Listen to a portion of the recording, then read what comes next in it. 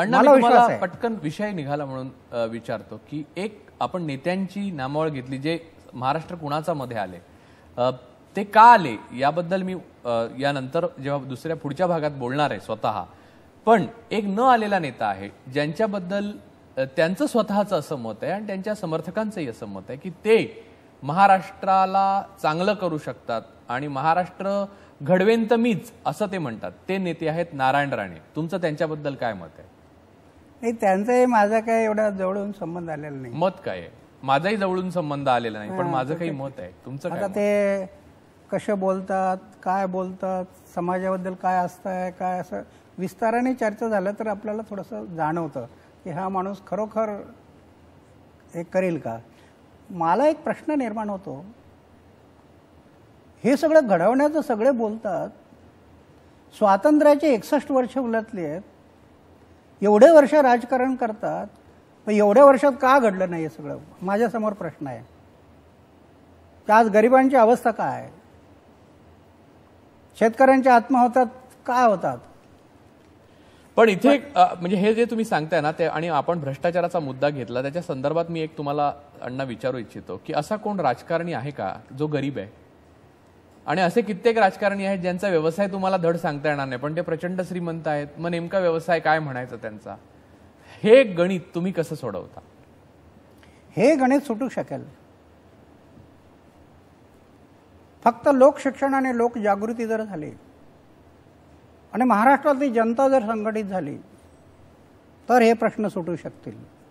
जसं आता आम्ही परवाच्या मीटिंगमध्ये मांडलंय की सगळ्या अधिकाऱ्यांनी आपली प्रॉपर्टी दरवर्षी जाहीर करा, आणि नेत्यांनी जाहीर करूनही काही उपयोग झालेला नाहीये.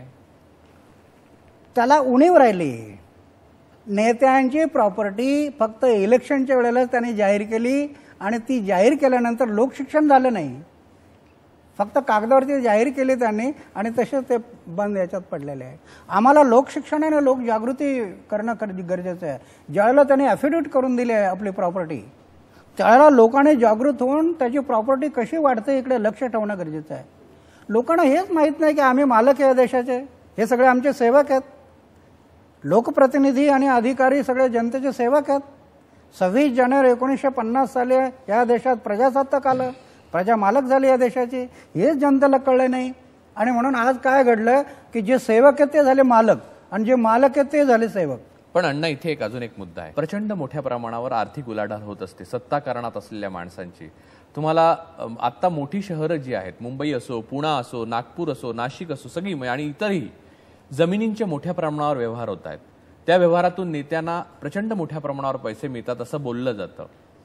यातून जी शक्ती, संपत्ती आणि सत्ता निर्माण होते त्यापुढे सामान्य माणूस बिचारा काय करणार?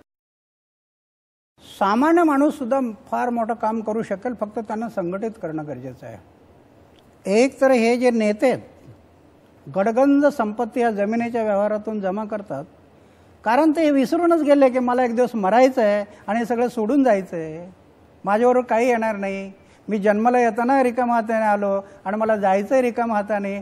सिकंदर महान जगावर राज करणारा जगात जेता, तोही रिकाम्या हाताने निघून गेला, हे विसरून गेले. सत्ता आणि पैशाच्या नशेत एवढे बेवश झाले की दारू पिलेला माणूस जास्त दारू पिवा आणि तो बेहोश व्हावा, मी काय करतो याचं सुद्धा भान राहू नये, तसं यांना सत्ता आणि पैशाच्या नशेमध्ये एवढे बेवश झालेले आहेत की लोक काय म्हणतात इकडे त्यांचं लक्षच नाही. त्यांना गरजच वाटत नाही अण्णा. गरज नाही म्हणून जनतेला संघटित होणं गरजेचं आहे.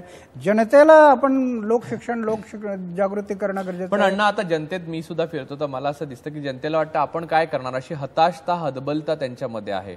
आपल्या दैनंदिन जीवनातल्या ज्या समस्या आहेत त्या सोडवता सोडवता आपले नाकी नऊ आले तर यांच्या वाट्याला कुठं जाणार असं वाटतं. हे आतापर्यंत वाटत होतं, पण आता मला अनुभव आहेत. आता आम्ही जे आंदोलन आता हे सुरू केलेलं आहे महाराष्ट्रातल्या, मी काय माझ्याकडं 8x10च्या खोलीत राहतो, धन नाही, दौलत नाही, सत्ता नाही, पैसा नाही, काय नाही, पण महाराष्ट्रातल्या 33 जिल्ह्यामध्ये 252 तालुक्यात एक चांगले कार्यकर्ते उभे झाले. आता सरकारचं नाक दाबलं तर तोंड उघडेल. असे स्वातंत्र्याचा अर्थ स्वैराचार म्हणून कोणी वागत असतील तर जनशक्तीचा दबाव त्यांच्यावर निर्माण करणं हाच एक पर्याय आहे आणि ते काम आम्हाला पुढच्या काळात करावं लागणार आहे. आज परवा 4 तास मीटिंगमध्ये chief secretary, chief minister, vice chief minister, सगळे सेक्रेटरी, सगळे मिनिस्टर बसले. त्याला कारण जनशक्तीचा दबाव. हा एकच पर्याय आता शिल्लक आहे. पण अण्णा, त्याच्यासाठी तुम्हाला स्वतःला तुमचं आयुष्य सर्व सुखांचा त्याग करून जगावं लागलं. जनशक्तीचा कितीही दबाव निर्माण झाला आणि एक अत्यंत निखालस चारित्र्याचा आणि सर्वसंग परित्याग केलेला माणूस जर त्याच्या नेतेपदी नसेल तर हे सेक्रेटरी ढुंकूनही बघणार नाही. असं पुन्हा पुन्हा कधी होणार? म्हणून ही आमची संस्कृती आहे भारताची आणि ऋषीमुनीपासून चालत आलेली संस्कृती आहे. ती नेहमी त्याग शिकवत आलेली आहे. त्याग का? तर आपण जे म्हणालात की तुम्ही सर्व त्याग केल्यामुळं सर्व संघ परित्याग केला, पण त्याच्यात खरा आनंद आहे. मी अनुभव करतो 71 वर्षात. धन नाही, दौलत नाही, पण आनंद एवढा आहे की लखपती करोडपतीला आनंद मिळत नसेल ती मी अनुभव करतो माझ्या.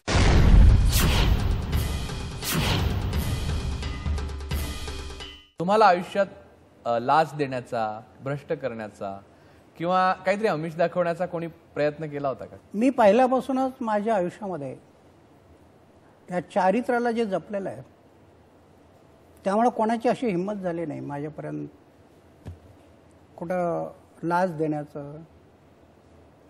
कधी कोणाची हिंमत झाली नाही. या सगळ्या पार्श्वभूमीवर भविष्यामध्ये महाराष्ट्र कुणाच्या हातात जाईल, कुणाच्या हातात दिसेल, कुणाच्या हातात सुरक्षित वाटेल, काय होईल?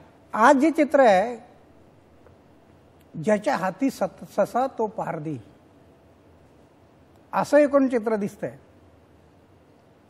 पण हा महाराष्ट्र जर वाचवायचा असेल तर महाराष्ट्रातल्या जनतेने, मग कुठलाही असेल, महाराष्ट्रात राहतो ना, त्या महाराष्ट्रासाठी जनतेने संघटित होणं फार गरजेचं आहे याला वाचवायचं असेल तर. आणि त्या राज्यामध्ये व महाराष्ट्रामध्ये स्वातंत्र्याचा अर्थ स्वराज्य म्हणून कोणी लावत असतील तर त्या संबंधाने जनतेला त्यांच्या विरोधात उभं राहावं लागेल, तरच हा महाराष्ट्र वाचेल. असं कोण करू शकतं? कोण कोण करू शकतं? आम्ही ठरवलंय की या पुढच्या काळामध्ये, आज काही नसताना आम्ही थोडंसं काही उभं करू शकलो, पण आज आशेचे किरण दिसत आहेत. महाराष्ट्रामध्ये एक तरुण पुढे येतोय. त्या तरुणांना आम्ही संघटित करून जर ही वाटचाल केली तर निश्चित या महाराष्ट्राला आम्ही वाचवू शकू. आणि हे स्वातंत्र्याचा अर्थ स्वराज्य म्हणून लावणारे जे राजकारणी, पुढारी, यांच्यावरती आम्ही वचक निर्माण करू शकू.